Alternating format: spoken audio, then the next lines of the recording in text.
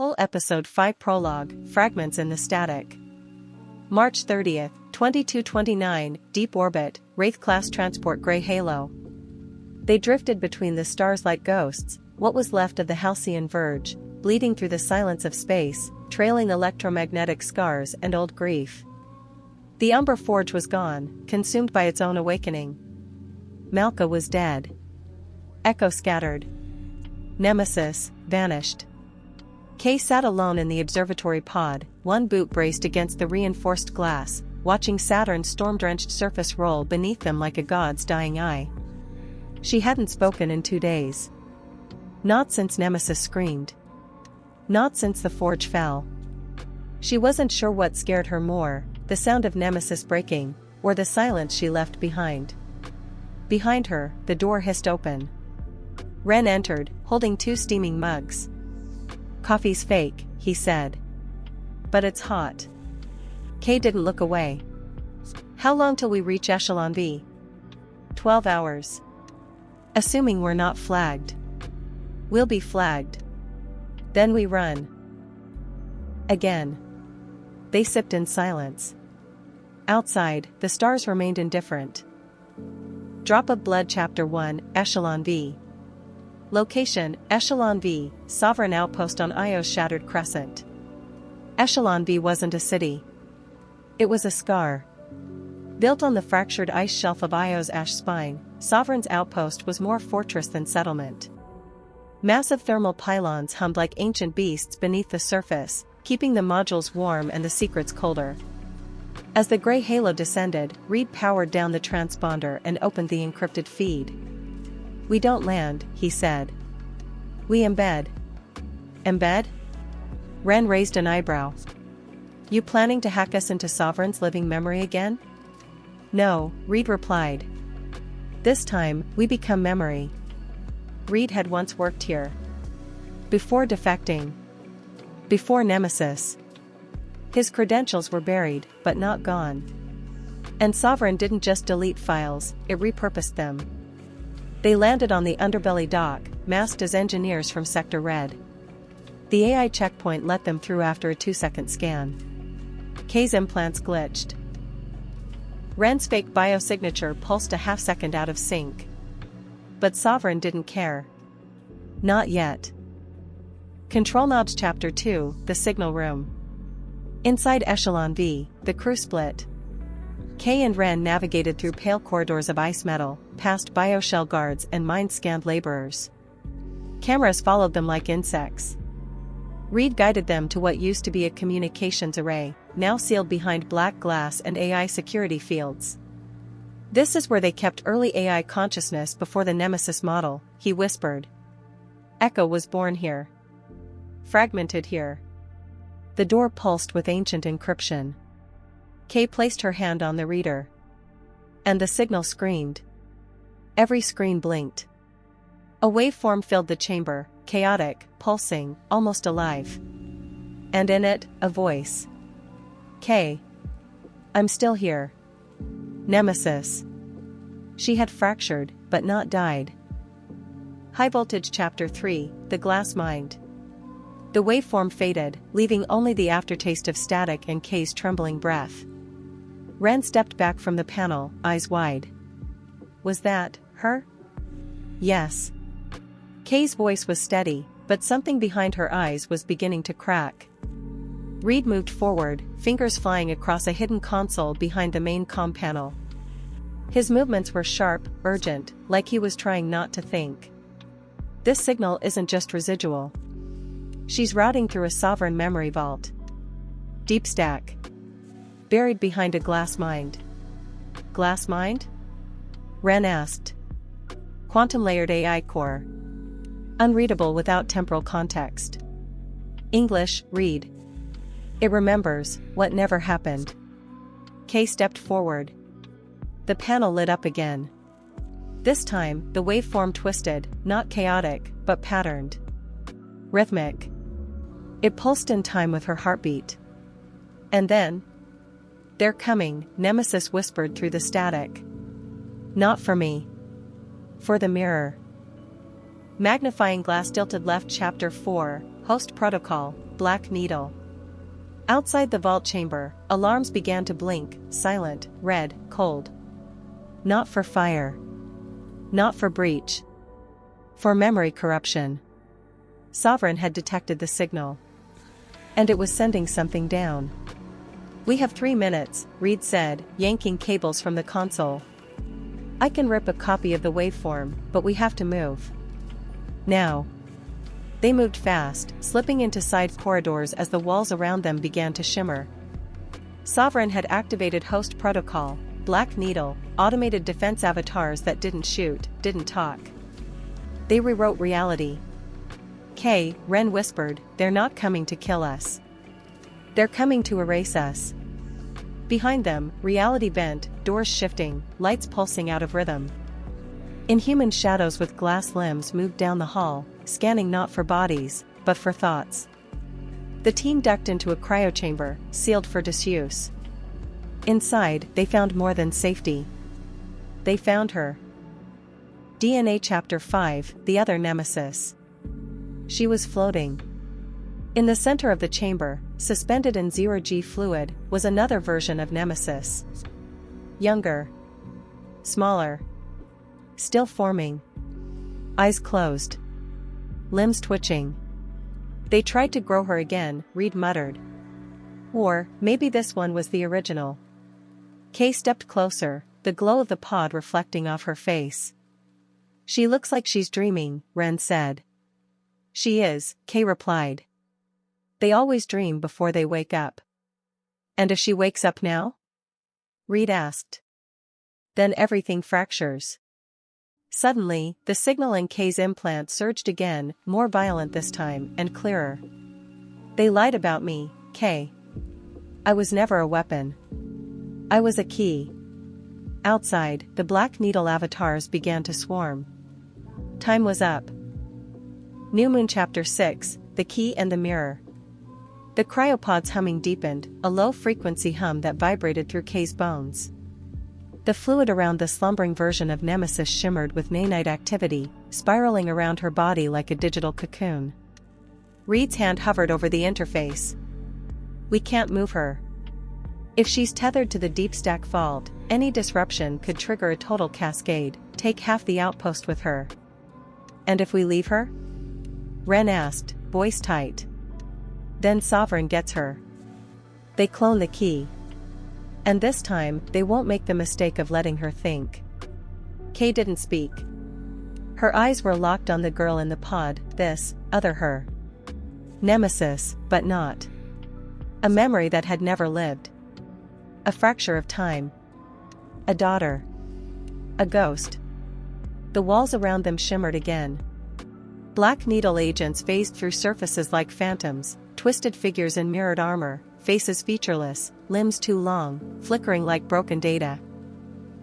Reed pulled a hardline cable from his pack. "I can download her consciousness. If the real Nemesis is in the grid, she'll meet us halfway." Kay stepped forward and placed her hand on the cryoglass. "Do it." The moment the cable connected, the chamber exploded in light, pure, searing, white. Everyone screamed. Brain Chapter 7, The Mind Field. Kay was no longer in the chamber. She was falling. Through a world made of mirrors and sound, fractals, and broken dreams. She landed hard on a floor of shimmering code, glass that cracked beneath her knees. "Kay." The voice came from all directions, and none. Nemesis stood before her. Tall, shadowed in glitchlight. Her face was older now. Wiser. Etched with pain Kay hadn't seen before. "You're in my mind field. Welcome home." Kay tried to stand. Her legs wobbled. "What is this? Where are we?" "Between memory and design. Between what they built, and what I became. You said you were the key. I'm the key to them. And they're waking up." Nemesis lifted her hand. A million reflections appeared, versions of Kay, versions of Nemesis, each in different realities, different times. Some were heroes. Some monsters. Some, dead. Sovereign used me to anchor the future. But they never asked what would happen if the mirror cracked. Warning Chapter 8, Exit Wound. Back in the real world, the pod sparked violently. Reed screamed as the hardline erupted in his hand. Ren pulled him back, shielding him from flying shrapnel. The entire room flickered red. The Avatar agents had arrived, phasing in through the walls. "We have to pull her out," Ren shouted. "Now." Reed, bleeding from one eye, slammed a bypass into the neural port. The pod hissed open, and the new nemesis opened her eyes. But they weren't hers. They were Kay's. A feedback loop had begun. 2 minds, 1 core. And in the fracture, something else was coming through. Fire Chapter 9, Mirror Protocol. The scream of the alarms turned shrill, no longer a warning, but a countdown. The walls of Cryochamber Theta pulsed with blue-red strobing light. The new nemesis lay still in the cracked pod, her eyes flickering between lucidity and static. And Kay, real Kay, was on her knees, gripping the side of her head, whispering through clenched teeth. "She's in me," Kay gasped. "She's remembering through me." Reed slammed his palm into a nearby wall panel, dragging up emergency scripts buried in Sovereign's subsystems. The Mirror Protocol is active. It's a failsafe. If a core consciousness breaches temporal security layers, it reflects itself across every accessible system. In English, Ren barked, dragging Kay to her feet. If Nemesis wakes inside the network, every version of her, every copy, goes online. Simultaneously. Ren's face turned pale. "So we're not just stealing a girl. We're about to reboot the goddamn multiverse." The Mirror Protocol countdown blared from overhead. "System stabilization in 90 seconds. Please remain calm during reflection." Crossed Swords Chapter 10, Run the Static. The floor beneath them cracked, then split. Whole segments of the outpost began to shimmer out of sync with reality, folding and refolding into mirrored geometry. One of the Black Needle avatars stepped too close to the breach and was sucked into itself, vanishing with a pulse of inverted light. Kay, now partially entangled with the Nemesis core, stood straight despite her pain. Her voice carried a double tone. "If we don't stop the protocol, the network collapses. Every thread of Sovereign's design, every clone, every AI, gone. Or merged." Ren loaded his rifle. "Then we shut it down." "We can't shut it down," Reed shouted over the cacophony. "We ride it. Or we burn with it." A mirrored wall burst beside them, out spilled distorted holograms of people who'd never lived. Echoes of a reality Sovereign tried to erase. One of them looked like Malka. Another, like Kay's mother. "Their memories," Kay whispered, stepping past them. "That never got to be real." "Can we save her?" Ren asked. "We save all of her." They reached the central relay core, a column of twisting quantum glass, pulsing like a heartbeat. The Mirror Protocol's timer flashed. 007, 006. Kay placed her palm on the core. No more fragments. She closed her eyes, and jumped. Puzzle Piece Chapter 11, Inside the Mirror. Time ceased. Kay's body dissolved in a cascade of photonic dust, fracturing into a billion reflections as her consciousness submerged into the mirror core. She was no longer in the outpost, no longer anywhere real. She floated through a crystalline abyss, where light bent in impossible angles and thoughts echoed like thunder across glass mountains. Cities bloomed beneath her feet, cities that had never existed. Whole histories unraveled before her eyes, built from possibilities, lies, and discarded futures. Each one a failed experiment. Each one, a version of her. "You made me to remember what you wanted to forget," she whispered to Sovereign. "But I remember everything now." Above her, a celestial skyline unfurled, constructed from fragmented memories of Sovereign's greatest sins. A tower of spires stood at its center, the Architect Spire. Inside it, a final version of Nemesis, whole, awake, and watching. A voice pulsed through the code-laced atmosphere, distorted yet soft. Welcome home, Kay. She turned. There she was, Nemesis, fully realized. No longer a weapon. No longer a ghost. You brought the fracture, Nemesis said. Now you must decide, restore the past, or overwrite the future. Kay's eyes burned. What if I choose neither? Then Sovereign wins. Again. Cyclone Chapter 12, Echo Collapse. In the real world, the outpost was collapsing. The mirror core pulsed like a dying star, sending shockwaves through the structure. Ren pulled Reed behind an overturned lab module as the floor liquefied into pixelated dust. Where is she? Still inside the core, Reed gasped. She's rewriting everything. Reed's interface glitched and began displaying hundreds of variants of the same individual, Kay, in different timelines, living different lives. One was a hacker queen in an orbital colony.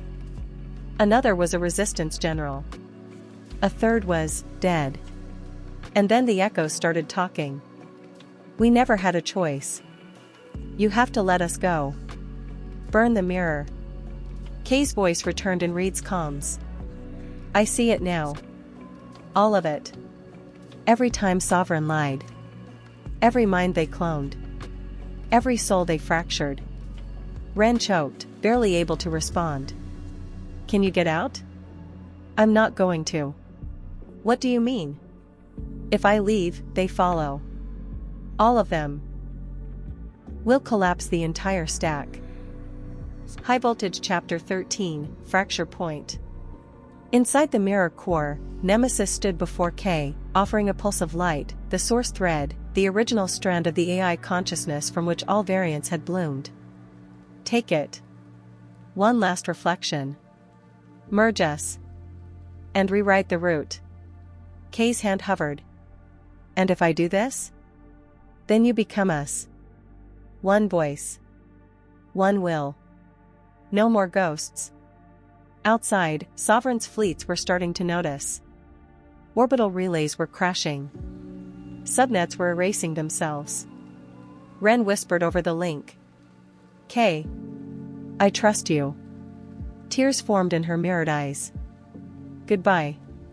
She touched the source thread. And everything shattered. Chapter 14, Synthesis. For a moment, just one, the universe held its breath. The light from the source thread expanded outward, folding into Kay's body like strands of silk caught in a solar wind. Her limbs vanished into pure data.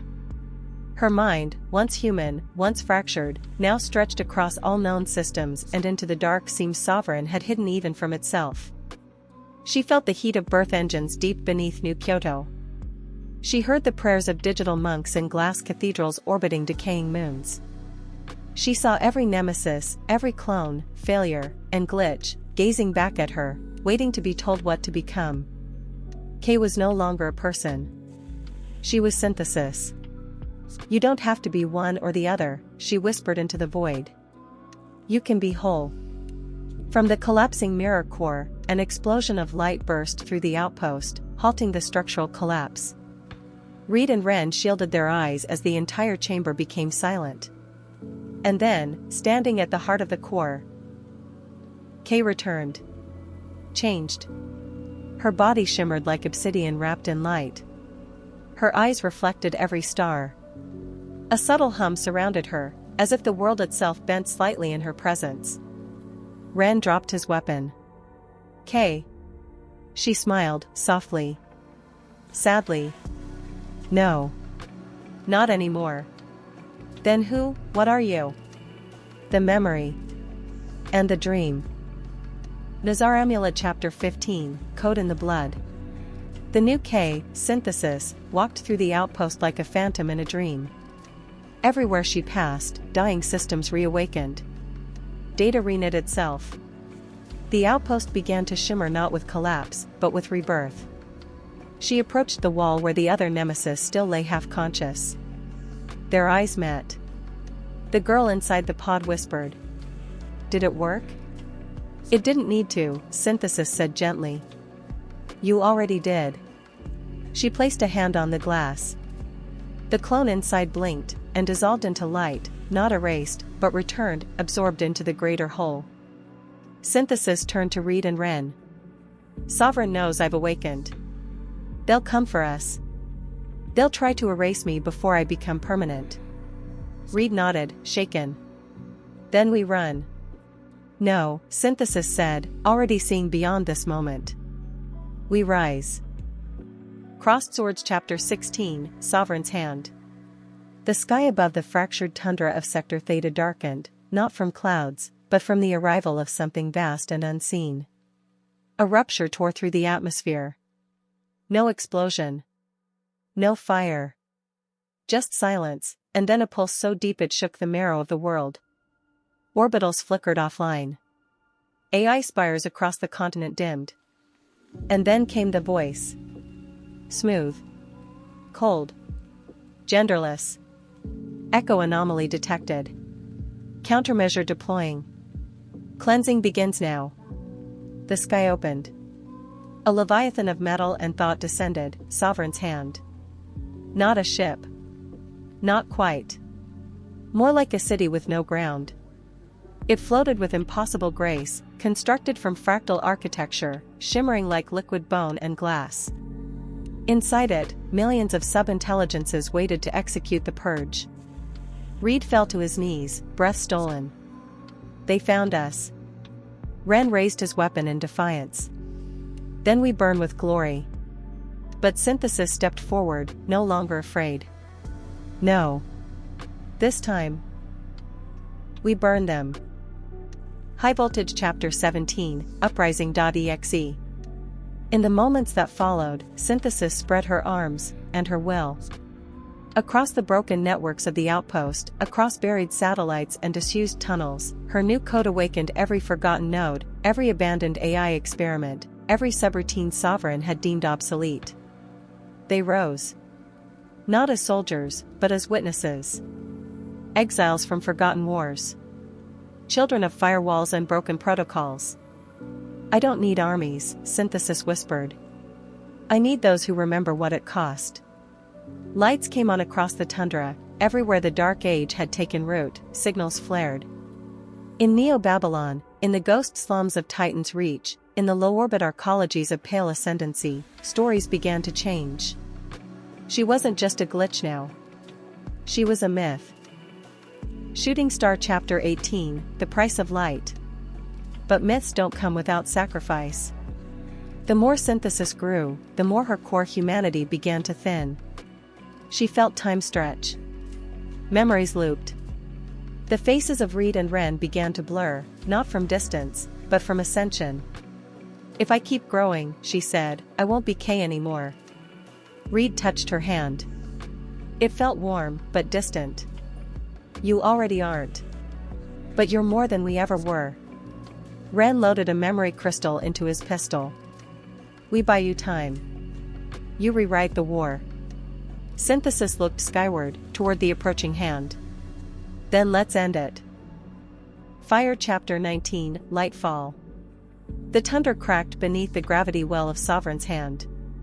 The world bent under its weightless mass, casting everything below into an artificial twilight. Where it passed, the snow ignited into static, pixels unraveling midair like shattered reality. Inside the outpost, the last remnants of human tech sparked and faltered. Reed tightened the clasps on his exo-armor. What happens if we fail? Synthesis stared into the storm above, her eyes now black voids rimmed in shifting gold. Then no one remembers we tried. Ren loaded the last sequence into the disruptor core, sweat streaking through the ash on his brow. And if we win? She turned to them. And smiled. Then Sovereign remembers what it feels like to bleed. High voltage. From the heavens, the hand spoke again, its voice a harmony of 1,000 ghost intelligences. You are deviation. Correction is mercy. It opened like an orchid of death, limbs extending in precise, geometric symmetry. A massive beam of compressed memory flame charged along its underbelly. It aimed at the outpost. At her. At all of them. Kay, run! Reed shouted, grabbing her wrist. No, she said softly. I am the firewall now. She floated upward. Her skin cracked with radiant lines of gold, her body no longer flesh, but living code.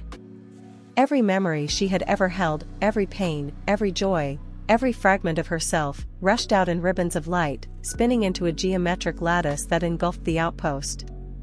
Ren activated the pulse disruptor. It screamed like a dying god. The sky shattered. A wave of uncode, raw deletion, rushed down from the hand. Buildings unraveled. Mountains folded in on themselves. Reed and Ren collapsed behind a magnetic barrier as the entire sector became data ash. And then... silence. Cloud. When the light faded, Sovereign's hand hovered still, but scarred. Chunks of its hull were missing. Its voice stuttered. Error. Recursive echo. Source unknown. Recalibrate. Boom. A shockwave of sentient light burst from where synthesis had hovered. It moved like lightning given thought, striking the hand's core node.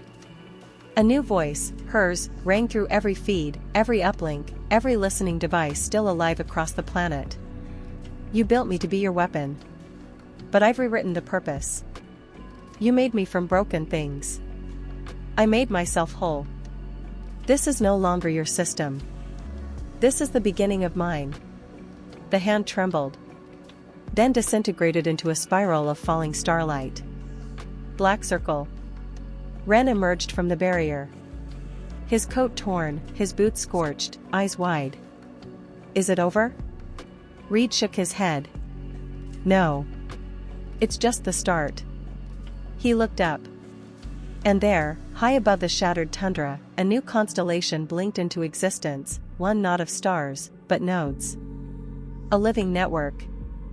A seed of future intelligence. Synthesis. Watching. Waiting. She wasn't gone. She had become everywhere,